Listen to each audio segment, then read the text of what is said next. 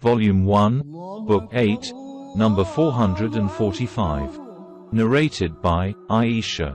Once I saw Allah's apostle at the door of my house, while some Ethiopians were playing in the mosque, displaying their skill with spears. Allah's apostle was screening me with his reader, so as to enable me to see the display. Urwa said that Aisha said, I saw the Prophet and the Ethiopians were playing with their spears.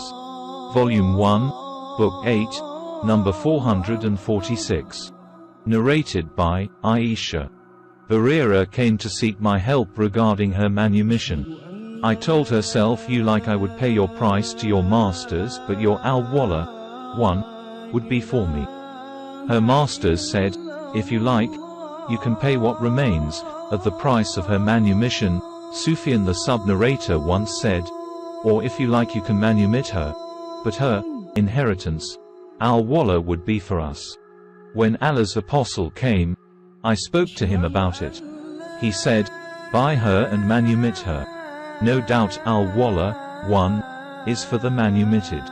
Then Allah's apostle stood on the pulpit, or Allah's apostle ascended the pulpit as Sufyan once said, and said, what about some people who impose conditions which are not present in Allah's book, laws? Whoever imposes conditions which are not in Allah's book, laws, his conditions will be invalid even if he imposed them 100 times. Volume 1, Book 8, number 447. Narrated by Kabi. In the mosque asked Ibn Abi Hadrad to pay the debts which he owed to me, and our voices grew louder. Allah's apostle heard that while he was in his house. So he came to us raising the curtain of his room and said, O Kabi. I replied, Labaik, O Allah's apostle. He said, O Kabi, reduce your debt to 1/2, gesturing with his hand. I said, O Allah's apostle, I have done so. Then Allah's apostle said to Ibn Abi Hadrad, get up and pay the debt to him. Volume 1, Book 8, number 448. Narrated by Abu Huraira. A black man or a black woman used to sweep the mosque and he or she died. The Prophet asked about her, or him. He was told that she, or he, had died. He said, why did you not inform me? Show me his grave, or her grave. So he went to her, his grave, and offered her his funeral prayer. Volume 1, Book 8, number 449. Narrated by Aisha. When the verses of Surah Al-Baqarah about the usury riba were revealed, the Prophet went to the mosque and recited them in front of the people and then banned the trade of alcohol. Volume 1, Book 8, number 450. Narrated by Abu Rafi. Abu Huraira said, a man or a woman used to clean the mosque. A sub-narrator said, most probably a woman. Then he narrated the Hadith of the Prophet. Volume 1, Book 8, number 450. Narrated by Abu Huraira. The Prophet said, last night a big demon, Ifrit, from the jinns came to me and wanted to interrupt my prayers, or said something similar. But Allah enabled me to overpower him.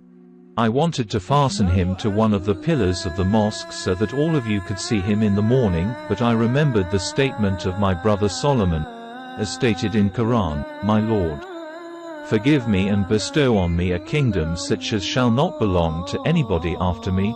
38.35. The sub-narrator Rao said, he, the demon, was dismissed humiliated. Volume 1, Book 8, number 451.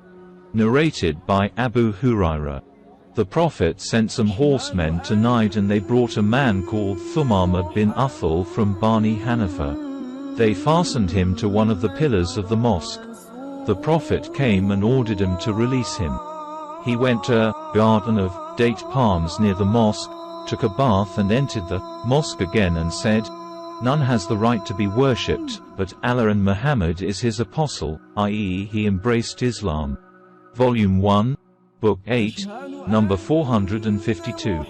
Narrated by Aisha. On the day of Al-Khandak, Battle of the Trench, The medial arm vein of Sa'd bin Mu'adh was injured and the Prophet pitched a tent in the mosque to look after him. There was another tent for Banu Ghaffar in the mosque, and the blood started flowing from Sa'd's tent to the tent of Bani Ghaffar. They shouted, "O occupants of the tent! What is coming from you to us?" They found that Sa'd's wound was bleeding profusely and Sa'd died in his tent. Volume 1, Book 8, number 453. Narrated by Salama. I complained to Allah's Apostle that I was sick. He told me to perform the tawaf behind the people while riding. So I did so, and Allah's Apostle was praying beside the Kaaba and reciting the surah starting with Waqta wa Kitabin Master. Volume 1, Book 8, number 454. Narrated by Anas bin Malik. Two of the companions of the Prophet departed from him on a dark night and were led by two lights like lamps, going in front of them from Allah as a miracle, lighting the way in front of them, and when they parted, each of them was accompanied by one of these lights till he reached their respective houses. Volume 1, Book 8, number 455. Narrated by Abu Sa'id al-Khudri. The Prophet delivered a sermon and said, Allah gave a choice to one of his slaves either to choose this world or what is with him in the hereafter. He chose the latter. Abu Bakr wept. I said low myself, why is this sheikh weeping? If Allah gave choice to one of his slaves either to choose this world or what is with him in the hereafter, and he chose the latter, and that slave was Allah's Apostle himself. Abu Bakr knew more than us. The Prophet said, O Abu Bakr, don't weep. The Prophet added, Abu Bakr has favored me much with his property and company.